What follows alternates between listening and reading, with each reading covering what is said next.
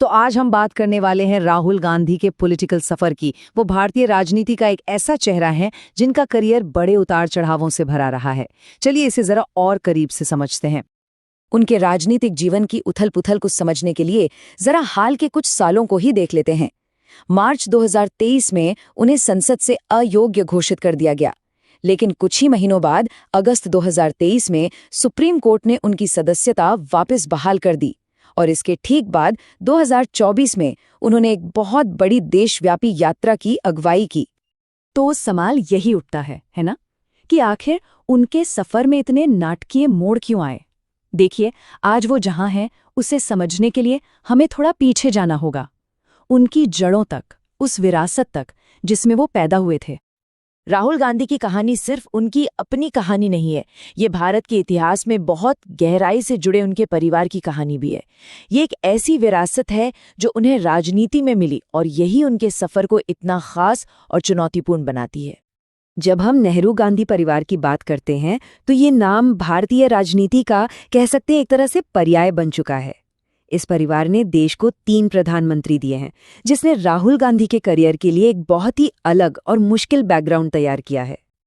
और इस राजनीतिक विरासत की जड़ें जाती हैं सीधे स्वतंत्र भारत के पहले प्रधानमंत्री जवाहरलाल नेहरू तक, जो उनके परदादा थे।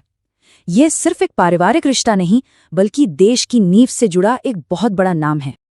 और ये सिलसिला यही नहीं रुका। उनकी दादी इंदिरा गांधी और फिर उनके पिता राजीव गांधी दोनों ही प्रधानमंत्री रहे। तो जाहिर है जब उन्होंने राजनीति में कदम रखा तो उन पर उम्मीदों और तुलनाओं का एक बहुत बड़ा बोझ था। लेकिन दिलचस्प बात यह है कि शुरुआत में वो राजनीति से काफी दूर थे।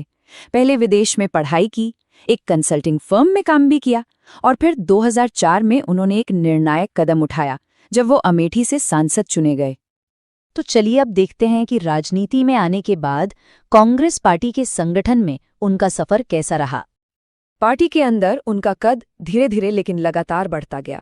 देखिए, 1 दशक के अंदर ही वो जनरल सेक्रेटरी बने, फिर वाइस प्रेसिडेंट और आखिर में 2017 में वो पार्टी के अध्यक्ष बन गए, जो कि संगठन का सबसे बड़ा पद है।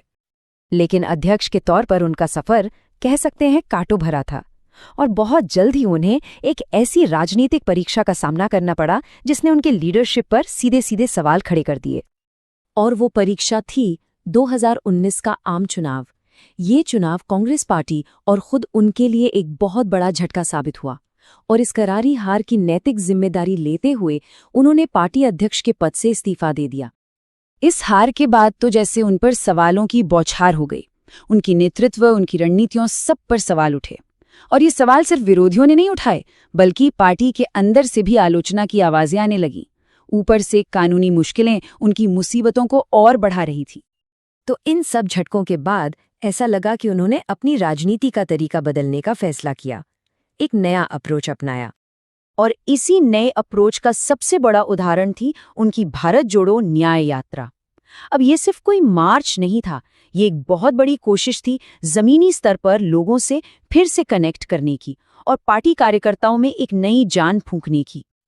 और इसी यात्रा के दौरान ये भी साफ हो गया कि उनके पॉलिटिकल प्लेटफॉर्म के मुख्य मुद्दे क्या हैं।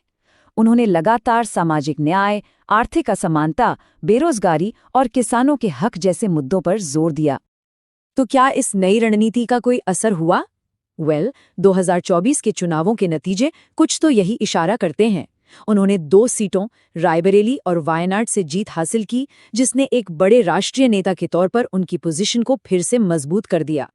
तो सवाल ये है कि इस पूरे उतार चढ़ाव भरे सफर के बाद आज राहुल गांधी भारतीय राजनीति में कहाँ खड़े हैं?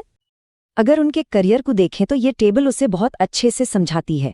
पहले एक उत्थान का दौर जब वो पार्टी के शिखर तक पहुंचे, फिर झटके का दौर जिसमें चुनावी हार और दूसरी मुश्किलें आईं, और फिर एक वापसी का दौर जिसने उन्हें एक प्रमुख विपक्षी नेता के रूप में फिर से स्थापित किया। तो कुल मिलाकर उनकी राजनीतिक पहचान कुछ ऐसी ही बनती है, एक ऐसे नेता की जिन्हें एक तरफ तो एक बड़ी विरासत मिली है, लेकिन दूसरी तरफ उन्होंने व्यक्तिगत संघर्षों का भी सामना किया है और लगातार कोशिश करते रहे हैं। और यही बात हमें एक आखिरी सवाल पर लाकर छोड़ देती है कि इस विरासत और इस संघर्ष के बाद भारतीय राजनीति पर उनकी आखिरी छाप क्या होगी।